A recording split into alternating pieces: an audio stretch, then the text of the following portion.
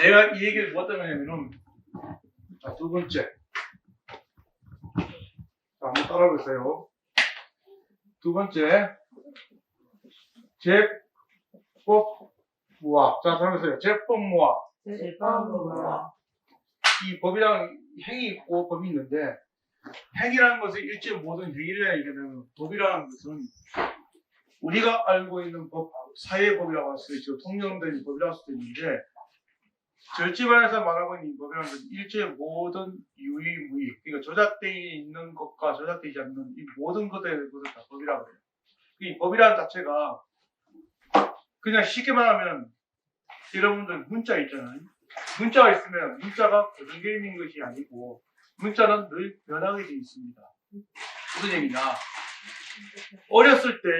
저 어렸을 때 화장실 가면은 옛날에는 화장실을 뭐라 불렀어요?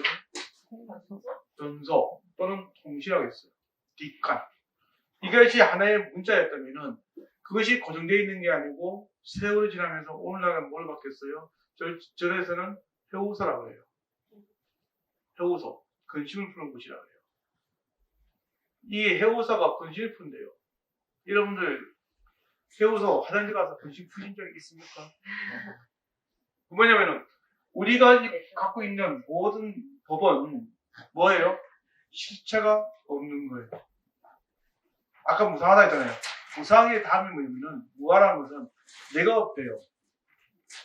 내가 없다는데 어떻게 하냐면 일체 모든 법에는 내가 없대요. 그 무하라고 불교를 무하라고 얘기한단 말입니다. 자, 이 무하라고 했을 때 내가 있고 내가 없고 이게 뭐냐면은 초기 불교에서 얘기할 때는 아트만이라고 해요.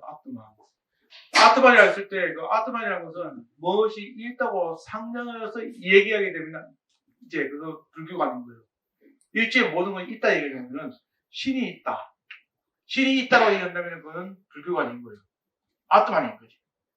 불교 자체에서는 신이라는 존재가 있는 게 아니에요. 오로지 뭐 있어요? 불성이라는.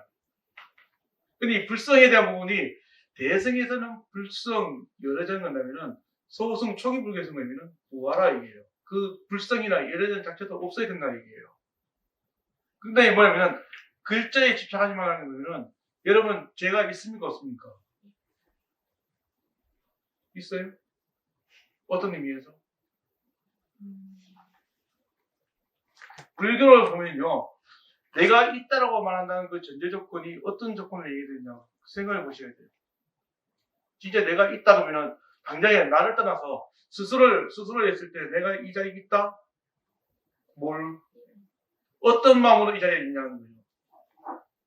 우리는 불교대학이라는 그 강의에 내가 이 강의 들으러 왔어. 그 이 자리에 앉아 있었어. 그럼 이 자리에 앉아 있는 나는 이 자리에 있기 때문에 나는 있는가? 이렇게 얘기하지만은 그 실체가 있느냐 하는 거죠. 이게 무하라는 거예요. 무하라는 것은 고정되는 게 아니기 때문에. 근데 이게 이제 불교에서 얘기한다면은, 다른 말로 얘기한다면은, 인연법을 한번 얘기해 볼게요. 아까 이제 수업 시작하기 전에, 보사님께서 저한테 여쭤보시기를, 출가하게 된 동기, 그 인연을 저한테 얘기해 주셨는데, 다양한 인연이 있지만, 그것을 이제, 제가 제 자신을 위화시켜서 얘기하면 여러분들 또 안 믿을 수 있고, 사실 그것을 얘기한다면 제가 좀 손해보는 경우가 있으니까, 이 두 가지를 접목시켜서 얘기한다면 저는 어렸을 때부터 제 또래 집단하고 대화를 나눠본 적이 없어요. 제 또래하고 대화를 나눠보면요 굉장히 유치해 보여요. 왜냐면은 나는 아는 게 없어. 공부도 한 적 없어. 아는 것도 한 개도 없는데 불구하고 또래 집단하고 대화를 나누면은 어딘가 모르게 유치해 보이는 거예요. 주로 내보다 나이 많은 사람들하고 많이 오래 다녔어요. 제가 이제 아까 58년기 때가 있으니까 저하고 이제 띠동갑이 됐으니까 제보다 이제 3살 많은 또는 이제 7살, 8살 많은 형님들하고 제가 오래 다녔거든요. 그러면 어렸을 때부터 형님들하고 오래 다니다 보니까 대화가 돼요. 그리고 형님들하고 대화를 하면은 그 대화 자체가 굉장히 유치해 보여요, 형님들도. 그게 초등학교 때부터예요. 중학교 들어가니까 저는 제 스스로 뭘 하고 싶냐면은 우주의 모든 것들이 다 궁금한 거야.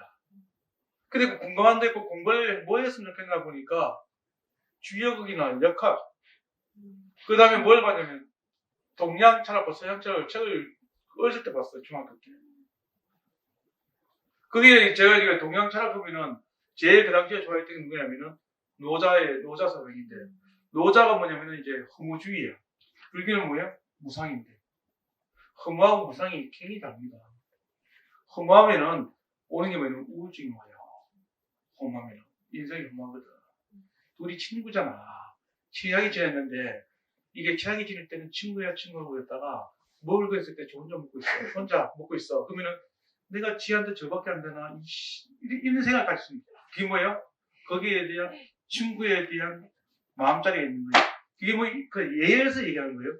그리고 좀, 이 무사이라는 건 뭐냐면은, 내가 친구한테 내가 보여줘야 될 모습이 있느냐? 사실은 중요한 게 아니에요. 불교는 남한테 보여주는 게 아니고, 남한테 보여주려고 한다면 그거는 내가 알잖아. 내 빈 껍데기에 지나지 않지.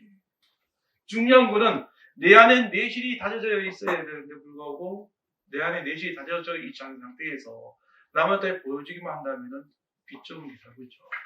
저는 그걸 어렸을 때 몰랐어요. 저는 중학교 때부터 상담을 하기 시작합니다. 저보다 나이 많은 형님들한테 상담을 해요. 그리고 대학교 때는 저보다 나이 30년, 40년 많은 할아버지, 할머니 상담을 하고요. 그리고 50, 60 대신, 그때 제가 22, 23살 때 50 넘은 아저씨들이 저한테 부부관계에 대해서 상담을 합니다. 저는 총각이에요. 결혼도 안 했습니다. 그리고 저는 연애도 안 해봤습니다. 그런데 이제 와서 물어요. 저한테. 우리 아내가 이런 문제가 있는데 나는 이렇게 살고 있는데 어떻게 상황이 나한테 묻습니다. 제가 상담을 해줬어요. 그 부부가 화합이 됐어요. 잘 살아요. 그리고 동네에서 사업이 안 되는 사람이 저한테 물어요. 사업이 안 되는데 이게 사업이 안 되는 이유가 뭘까요? 나는 물어. 묻는 이유가 뭐예요? 그 사람이 갖고 있는 거 딱 보니까 이 사람이 사업을 하려면 기본적으로 준비가 되어 있어야 됩니다. 이 자리에 계신 여러분들 부모님이 옛날에는요 중매에서 결혼했어요.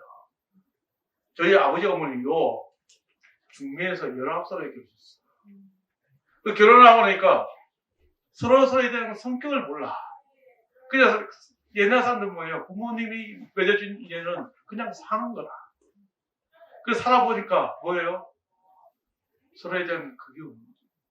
정이 없는 거죠. 요즘엔 어때요?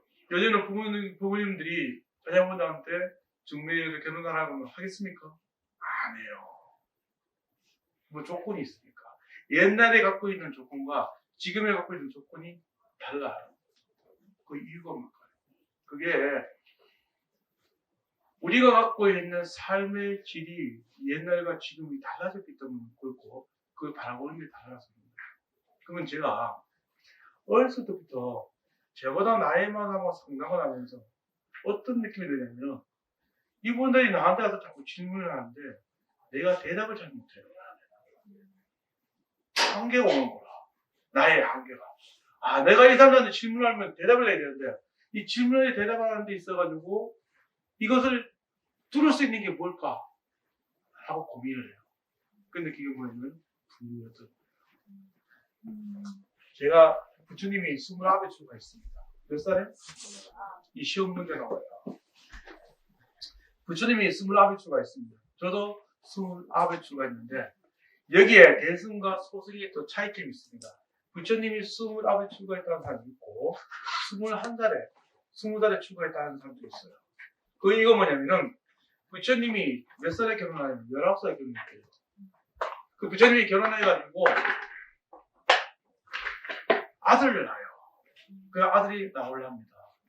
그래서 부처님 당시에 부처님이 출가하기 전에 결혼도 하셨고 아들도 놓으셨어요. 부처님께서. 그리고 당시 몇 살에 출가를 했냐면 29에 출가한 거예요. 그 출가하게 된 인연에 대한 부분들은 차츰 얘기하겠지만은 우리가 세상을 바라보는 데 있어서 사람이 갖고 있는 이해 욕구 그것을 충족시키기 위해서 내가 공부를 안 하면 안 되는 거야. 제가 출가하기 전에 정말 상담을 많이 했습니다. 출근하기 전에도. 와야 할 때는 하루에 3, 40명이 상담했어. 아침부터 시작해가지고 밤늦게까지 제가 상담을 했어요. 그 상담을 하면서 제가 느낀 게 뭐냐면은 거기에 대한 그분들이 갖고 있는 이해 욕구에 대한 부분들을 충분히 내가 해결할 수 있는 기계에 한계가 온 거야. 그래서 제가 29에 출가했습니다. 출가할 때 고민을 했어요. 어디로 출가할 것인가. 그랬더니 이제 우리 엄마가 하는 말이 그런 말이 있어요.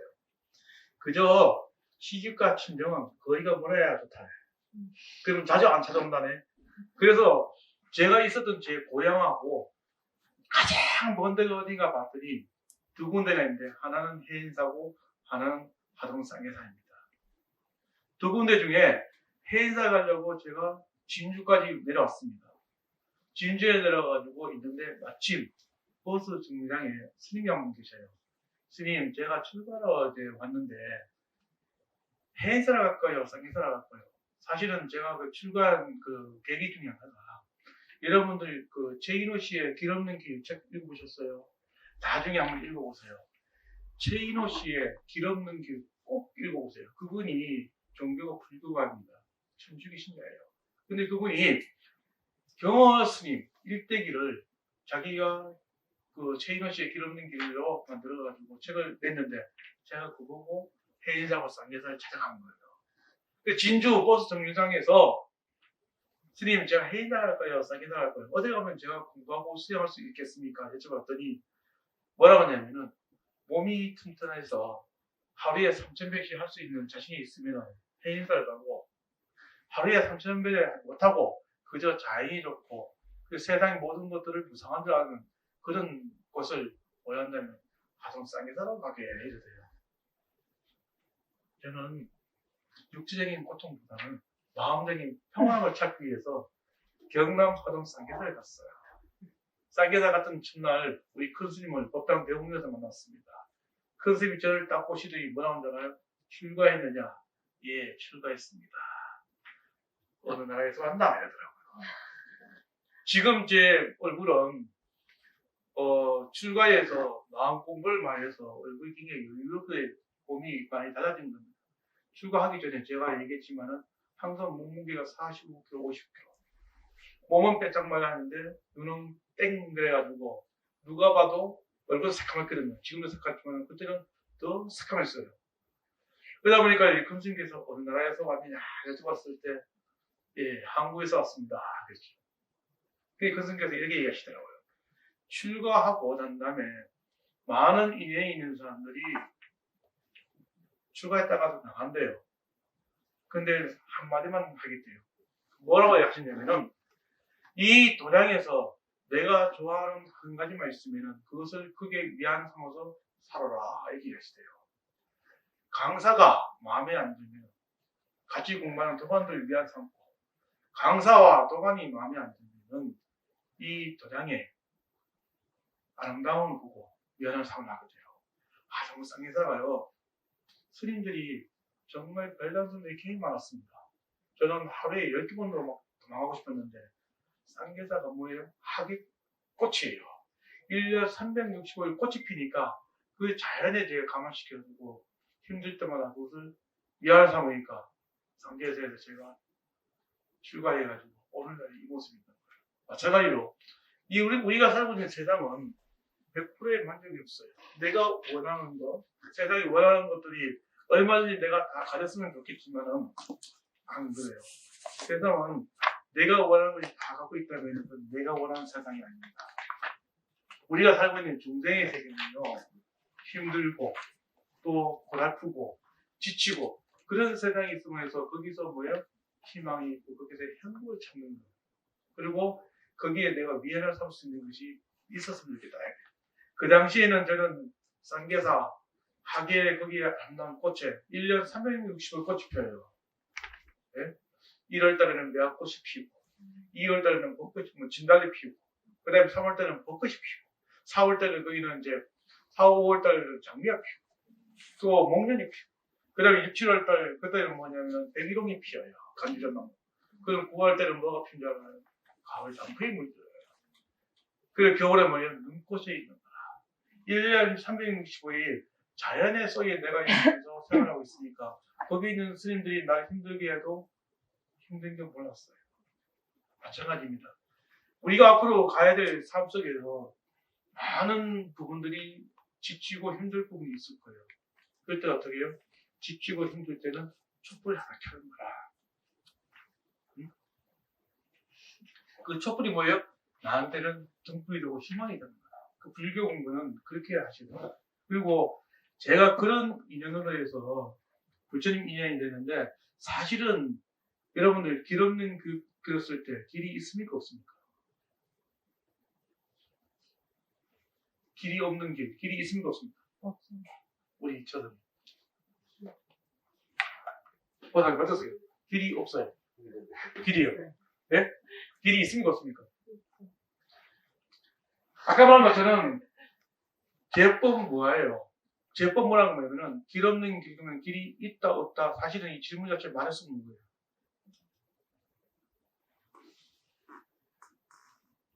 누군가가 하얀 눈바퀴가 있는데 하얀 눈바퀴에 발길을 밟고 가면은 뒷사람은 뭐예요? 그 발자국을 밟고 가면은 아무 문제 안 일어나요. 그러나 하얀 이 눈바퀴에 이 발길이 아무도 없으면은 우리는 안 나가요.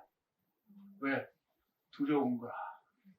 내가 이 눈바퀴를 잘못 맞게 되면 죽을까 봐. 근데 그것을 여러분한테 뭘 줘요? 그 지혜를 주는 거예요. 그 지혜를 주신 분이 부처님이라는 거예요.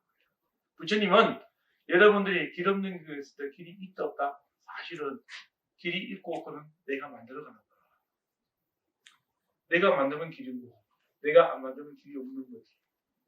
스스로가 세상을 모든 것을 헤쳐나갈 때 내가 그것을 두려움을 갖고 공포를 갖고 그것을 안 하고 멈춰지면요 나는 갈 수가 없어요. 그런 길이 나한테는 두 번 다시 오지 않는 거야. 이 자리에 계신 여러분들은 그래도 청량사 불기다고 오셨잖아요. 뭐예요? 길을 찾으러 오신 거예요. 그 길이 뭐예요? 하물은 도예요. 도를 아십니까? 길도자입니다. 네? 여러분들이 그 도를 공부하러 오신 거예요. 도를 공부하는 건 뭐예요? 여기에 하나 더 붙여야 돼요. 중도. 중도라는 건 뭐냐면은 여기에 치우치지 않고 저기에 치우치지 않는 거. 어느 한쪽에 치우치지 않는 거. 야, 피자가 좋다. 아니야. 나는 통닭이 좋아. 그러면은 뭐예요? 중도 취할 때는 두 개 좋아하면 같이 먹을 수 있는 거야. 근데 피자 좋아하는 사람은 피자만 먹고 통닭 좋아하는 통닭 먹게 되면 통닭 먹다 보면은 통닭만 주구장창 먹으면 나중에 물려서 못 먹어요. 왜? 한쪽에 치우쳐져서 먹으니까. 반대로 피자를 계속 먹는 거예요. 속이 더 그렇게 해서 또 못 먹어요. 그러면은 거기에 치우치게 되면은 또 거기에 대한 편견이 생기는 거예요. 중도라는 것은 어느 한쪽에 치우쳐져 있는 게 아니고 그 모든 부분들에 대한 것을 사리분별 잘 되는 거예요. 이게 지혜인 거예요. 옛날에 황희정성이 얘기하시니까 어느 농부가 농사를 짓고 있는데 검은소 그 신소가 있는데 농사를 짓고 있으니까 황희정성이 묻잖아요. 어이 농부 저기 두 소 중에서 어떤 소가 더 일을 잘하는 물어봤잖아요. 그 농부가 뭐라 그래요? 거기서 얘기 안 하고 잠깐만 이리 오세요. 살짝 얘기하셨다. 그 물어요. 왜 그러십니까? 그랬더니 말 못하는 중성도 우리 얘기를 듣으면 마음의 상처를 받습니다. 불교는 뭐예요? 그 얘기입니다. 인간의 모든 존엄성입니다. 내가 알고 있는 모든 인연들은 다 존엄성이 있기 때문에 그 존엄한 존재에 있어서 내가 거기에 강요를 하거나 거기에 내가 무조건 이끌려 땡기면 안 되는 겁니다. 자발적으로 자연적으로 할 수 있도록 해야 돼요. 제가 만약 출가 2년 정확히 제가 갔을 때 정확히 따지냐면 13살에 제가 출가했어야 돼요. 우리 부모님도 어디 가서 물어보니까 제가 13살에 출가할 나이인가 봐요. 근데 부모님들은 안 보냈어요. 안 보낸 이유가 뭐예요? 어린 나이에 전에 가면은 그게 좋을까 나쁠까 그걸 먼저 생각한 게 아니라 그래도 남자도 동네에서는 잘 사는 집안인데 동네 사람들이 그 집에 아들 스님 됐다고 하면 죽음 됐다고 하면 얼마나 창피하겠어. 체면 때문에. 우리가 자식을 망치는 것 중에 하나가 100%는 아니지만은 가끔은 그 부모님의 체면, 부모님이 갖고 있는 그 허리의식 때문에 자식들의 앞길을 막아요. 기본적으로 자식들이 가는 길은 부모님은 펴해주고 길을 열어줘야 되는 것이지 그 가는 길에 대한 부분들을 내 사회적 위치와 체면 때문에 그것을 막아서는 안 된다고 봅니다. 저희 속가 형이 어렸을 때부터 그림을 굉장히 잘 그렸습니다. 그런데 우리 부모님은 그 그림 그리면은 예술이잖아요. 그런 자체를 싫어했어요. 그래서 남자로 잘 사는 동네 집안인데 우리 집 장남은 좋은 대학교 나와서 취직해가지고 잘 살았으면 좋겠다. 그런데 그 당사자는 거기서 욕망이 생깁니다. 왜? 내가 좋아하는 걸 못하니까. 마찬가지로요. 불교는 뭐냐면요. 사람이 갖고 있는 각자의 자기 삶의 주체가 되도록 도와주는 겁니다. 그걸 열어주는 거예요. 근데 그걸 절대로 막으면 안 돼요. 어떻게?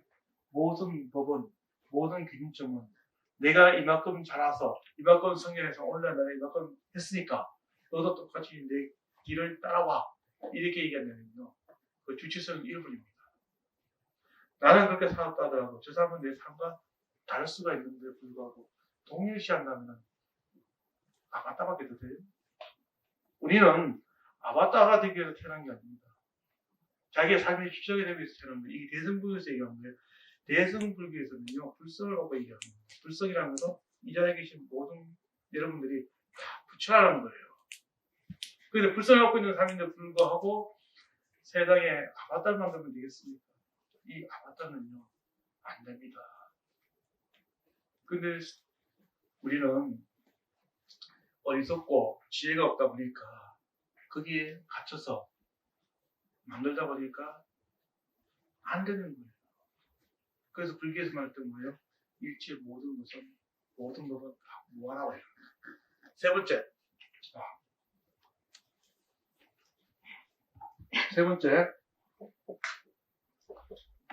일체 계고. 따라해보세요. 일체 계고. 일체 모든 것은 다 괴로움이다. 여러분들, 일체의 모든 것은 다 괴롭대요. 자, 이 무상, 무와 고. 무상, 무와 고, 여러분들 이게 뭐냐면, 한번 따라해보세요. 삼법인.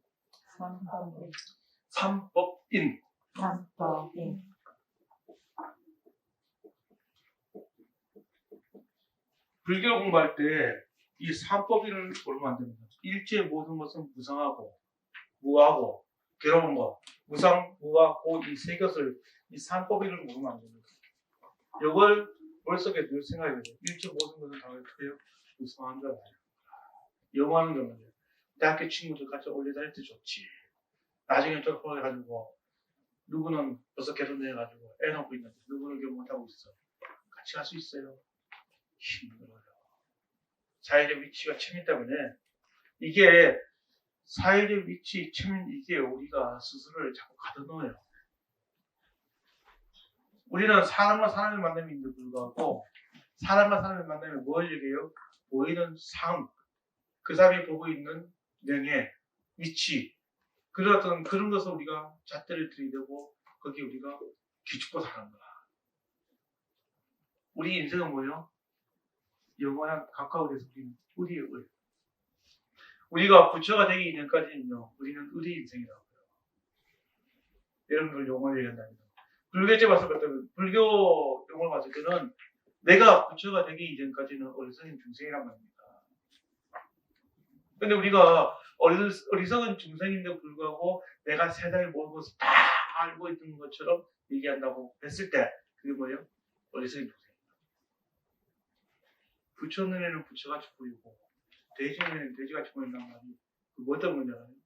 지금 이 얘기하는 겁니다. 길 없는 길하고 똑같은 거예요. 스스로가 길을 만들어 간다면 부처인데 길이 없다고 생각하고 안 가니까 중생이 되는 거지. 그 삶을 만들어가는 주체가 이 당신 여러분들이라는 거예요. 자, 일체 모든 것을 괴롭다 했을 때 이 괴로운 거는요, 뭐냐면은 여러분이 이 세상 태어난 자체가 괴롭습니까? 아니면 축복입니까? 축복? 지금까지 축복받았습니까? 사랑받고 지금까지 살았습니까? 우리 일상에서 보면요. 하루의 시간 중에서 칭찬을 몇 시간 받아요? 칭찬을. 야, 하루 중에 칭찬받는 거 몇 시간 정도 칭찬받아? 그러면 받는다면 얼마 정도 받아요, 칭찬은? 하루 종일 중에서? 시간상 봤을 때? 5분? 5분의 그 칭찬으로 하루가 행복한 거지. 그렇다 할까. 사실 우리는 그 칭찬이라는 것이 굉장히 인색해요. 우리가 이 세상을 만났다는 그 자체만 해도 감사하고 고맙잖아. 축복받았다 했잖아. 그죠? 축복받았다고 얘기하는, 만약 그런 삶을 살고 지금까지 부모님 밑에서 내가 살았다고 하면 부모님 존경해야 돼. 사실은 부모님한테 사랑받는다는 것도 쉬운 것도 아니고 내가 부모님을 존경하는 것도 쉬운 게 아니야. 만약에 여러분들 자녀를 키워가지고 나중에 성장했는데 성장하기에는 동력이 뭐야? 이랬을 때 우리 부모님의 덕분입니다. 저는 어머니 아버님 존경합니다. 이렇게 얘기하면 얼마나 행복하겠어. 그런데 뭐라고 해요? 내가 위인전을 읽었더니 유재석이가 나왔어요. 이수진, 강압자 이렇게 얘기하고 있어요.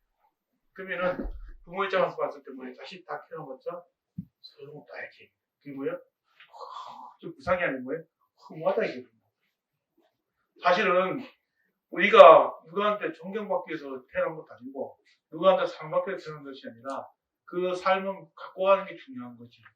내가 만들어가고. 우리는 삶을 만들어가고 갖고 가야 되는데 불구하고 늘 뭐예요? 그런 것들에 대한 우리 욕구 불만이 있는 거야. 왜 나한테는 이런 것들이 없을까? 뭘 갖고 있어? 괴로움을 갖고 있는 거야. 누구는 말이야 부모님 잘 만나가지고 잘 살고 있고 누구는 부모님 잘 만나서 못 살고 있고 중요한 거는 부모가 잘 살고 못 살고 중요한 게 아니라 내가 널 하면 되지. 그저 남의 살만 이렇게 평생을 쳐다보고 있으면 내 삶은 언제 있냐는 거예요. 대승불교에서 얘기하는 거예요. 내 삶의 주체가 나란 말이다. 난데 불구하고 계속 이웃 살림만 쳐다보고 있는 거야. 네? 그러면 내 공부가 되겠어요. 그러니까 뭐예요? 괴롭다는 거야. 내가 만나는 모든 인연들이 다 괴로운 거예요. 나한테 잘해줘도 그런 게 있더라고요. 사랑하는 사람이 나한테 10가지 중에 9번을 잘하다가 나머지 한 가지 잘못하게 되면 뒤끝 장렬이 듭니다. 그거 가지고 평생 꾸려먹어요. 네? 그리고 나중에 이제 굉장히 잘 되다가도 또 잘못하잖아? 그러면 10년 전에 나한테 안 좋게 했던 걸 뒤집어가지고 꺼내서 얘기한다? 그게 뭐예요? 괴로운 꿈. 과거는 과거의 부분. 과거에 대한 부분에서 현재에 꺼내가지고 얘기하고 있으면 그 사람은 뭐예요? 불행한 거야. 과거에 안 좋았던 것을 꺼내가지고 지금 얘기하면 해보장한 보기거든. 불교는 과거에 안 좋은 거 있었으면 과거에 안 좋은 걸 꺼내버리고 오늘과 내일 된 것을 만들고 준비해야 하는 거예요. 현실이 중요한 거예요. 불교는.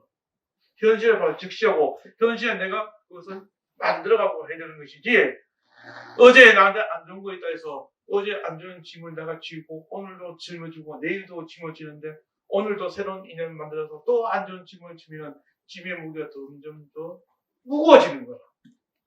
그게 뭐예요? 일치에 괴롭다. 왜 그렇게 어리석게 살아? 다양한 사람이 내 곁을 떠났어. 그러면 떠난 걸로 다음에 더 좋은 일을 만나면 되지. 잘 가 이래야지. 가지마 이러면은 뭐예요? 괴로운 거야. 헤어졌어? 헤어지면은 더 좋은 인연이 오는 거야. 상처받으면은 상처받은 만큼 아픈 만큼 성숙해지는데 불교는요 아픈 만큼 성숙해진다는 그 얘기가 아니라 아프다는 그 자체가 뭐냐면 행복에 겨워서 그런 거야. 저보다 감사하고 고맙잖아. 우리는 불교를 공부할 때 그 아픔에 대한 슬픔에 대한 것을 움켜쥐고 어제도 오늘도 내일도 가는 게 아니에요. 올바른 불교는 어제의 아픔은 오늘날 행복과 희망을 갖고 그리고 내일은 만들어가는 거야. 내일이라는 것은 정말 내일이 있는 게 아니고 지금 8시면 8시 이전에는 과거이고 8시 이후에는 미래인데 미래라고 말하는 그 순간에 또 현재가 되는 거예요. 또 그 시간이 지나면 과거가 되는 거예요. 우리가 과거, 현재, 미래 3들 얘기할 때 멀리 시간을 잡고 얘기하는 게 아니라 불교는 뭐냐면 당장 지금 이 시간 8시다. 8시 전에 과거고 8시 그보다 현재고 8시 1분이 미래가 될 수 있지만은 그 기준점 뭐예요? 계속 바뀌고 있는 거야. 그러면 바뀌고 있는 그 시간점을 기준점에 방점을 찍으면 안 돼요. 그래서 건강에 이런 말 있잖아요. 과거심 불가능, 현재심 불가능, 미래심 불가능.